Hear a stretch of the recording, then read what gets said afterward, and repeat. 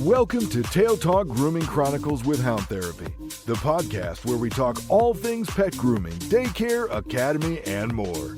Hosted by Shannon and Tanya of Hound Therapy, serving pet owners across North Texas. We're here to share expert tips, hilarious pet stories, and the inside scoop on keeping your furry friends happy and healthy.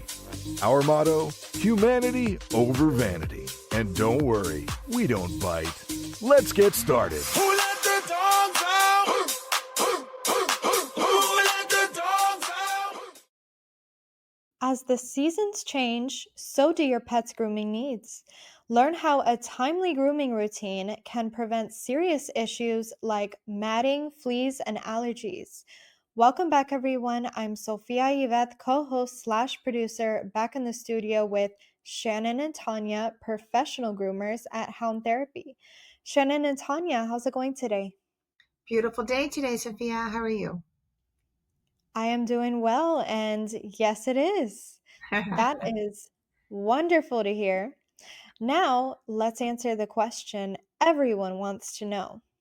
Why is seasonal grooming important for issues like matting, super matted pets, fleas, and allergies?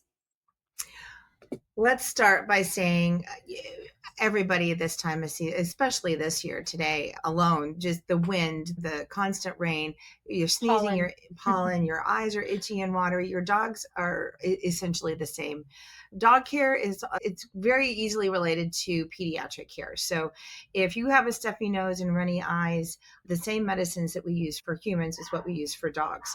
That said, they're tailored a little differently, but if they're itching and chewing, unlike a baby, you can't say, hey, stop doing that. You've got to stop them from itching and chewing. So the more that they itch, the more that they chew, the more matting that they cause. If they've caused matting, then oftentimes you've got saliva, which causes then a sore or an infection.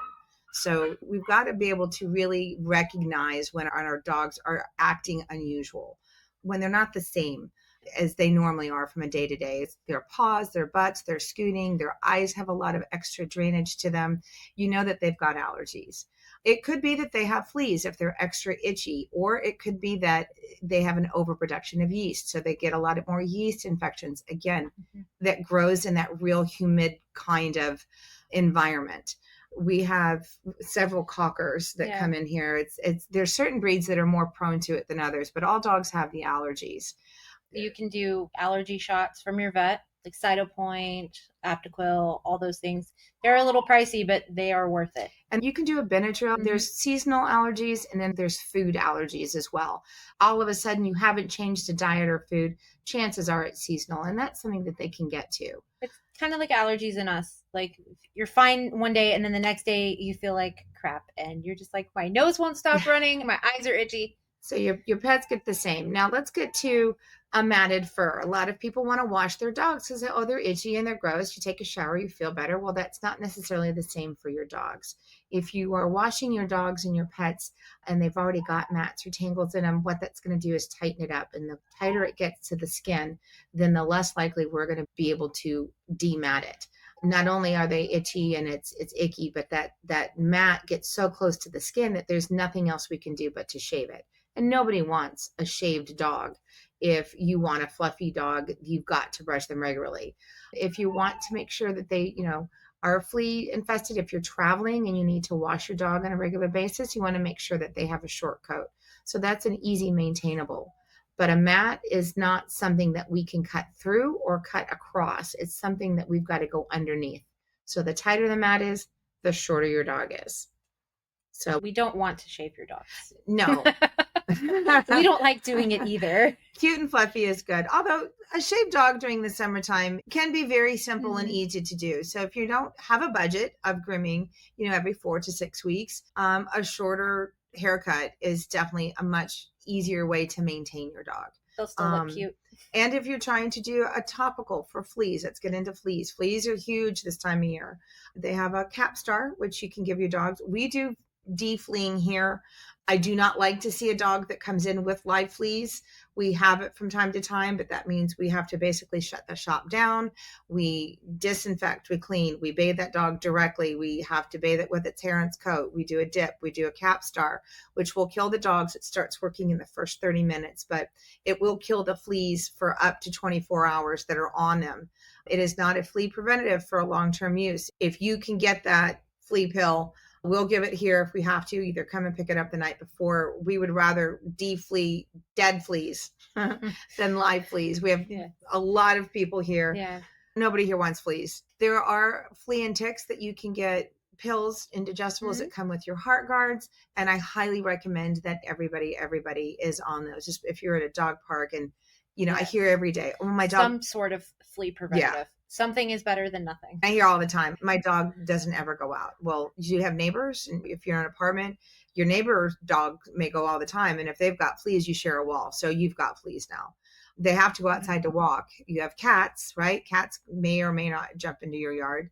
So there's topicals as well. They do not work as well, in my opinion, but I am not a vet. Some dogs do not do as well with pills. I think it's some preventative is better than none. I prefer an ingestible because I know that they're getting it.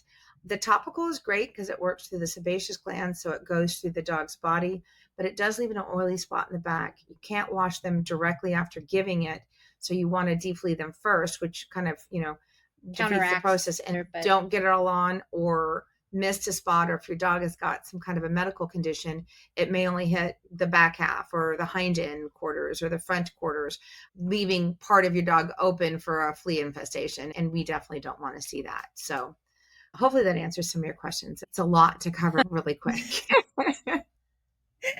It most certainly is. And one final question for you today. Are certain breeds more prone to seasonal matting or flea problems? Let's get into that for a second. Any dog can get fleas. So it doesn't matter what breed it is. Cats and dogs, both. Fleas are fleas, and they don't care who they get on. If it has blood, they like it. Yes. Now, as far as seasonal matting, yes, the longer doodles are cute. Doodles mat, they're the longer they are, everyone wants a long fluffy doodle. So I would say that's the number one. Those curly coated breeds. And then anything that's got a pattern cut. So you've got cockers. Cockers tend to have an overproduction of yeast more than other breeds. I'm not sure why. The older your dog gets, the undercoated breeds, if you only get them once or twice, they've got that double thick undercoat. And, as it gets warmer and moist, that moisture stays underneath those coats. So, letting the skin breathe, there's your key, is getting down to the skin so that skin can breathe. But if it gets compacted, that's the same as matting. It's just, it's a different terminology because it's a different type of hair. Matting on a thinner dog versus a double coated breed and a single coated breed are two different things. They're both removed, but in a very different kind of way. I would say the longer your dog, the more prone you are. Schnauzers, armpits, behind the ears, certain collars can promote matting because they rub. Sweaters, do not ever put sweaters on your dogs. Please, people, please. Or if you do, brush them really well If after. they have long hair. If you have longer than a half an inch of hair on your dog, no sweaters. No sweaters. Short-haired dogs, sweater all you want. If you want hair on your dogs and you want to have a sweater, then we need to shorten your dog's hair so he can wear the sweater. But you can't have both. Also, harnesses create a lot of matting as well, especially like the armpit areas, just because it's constant friction. So anything that rubs on and where a dog's, the best way I can describe it is if you were to put a stocking cap on your head. And imagine it's cold. You're just wearing it on your head all of the time. You're never taking it off. And then 3 days later, you take it off. And then the next day you go out and you put that same hat right back on your head. Can you imagine what your hair is going to look like? Yeah. So that is what happens to dogs and sweaters. It's just a constant friction. Yeah. It's like a noogie, a wet noogie all over. Wow. Yeah. My goodness. Well, Shannon and Tanya, thank you so much for stopping in today. We'll catch you in the next episode. Have a fantastic rest of your day. Thank you so much. That's a wrap for this episode of Tail Talk with Hound Therapy. Ready to book your pet's next groom, daycare stay, or grooming academy tour?